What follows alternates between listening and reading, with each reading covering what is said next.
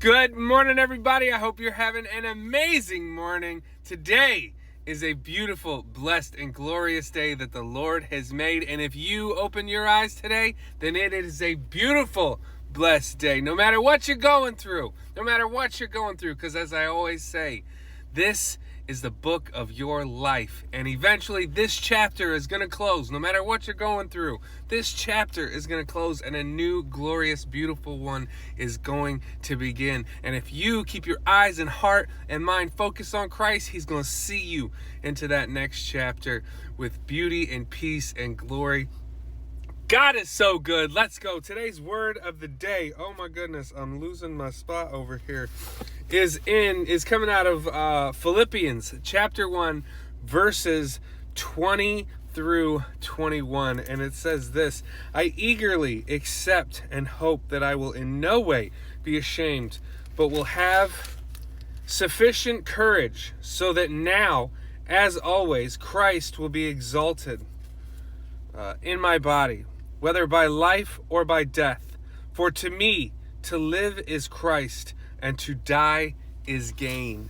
And the study note says this. It says, those who don't believe in God think that life on earth is all there is. Therefore, it is natural for them to strive for what this world values: prosperity, popularity, power, pleasure, and prestige. For Paul, however, to live meant to tell others about Christ, who alone could help them see life from an eternal perspective. Paul's whole purpose in life was to speak out boldly for Christ and to become more like Him. Thus, Paul could confidently say that dying would be even better than living, because in death he would be removed from worldly troubles and he would see Christ face to face. Either way, Paul would be giving his life as a sacrifice to God. If you're not ready to die, then you're not ready to live. That's woo!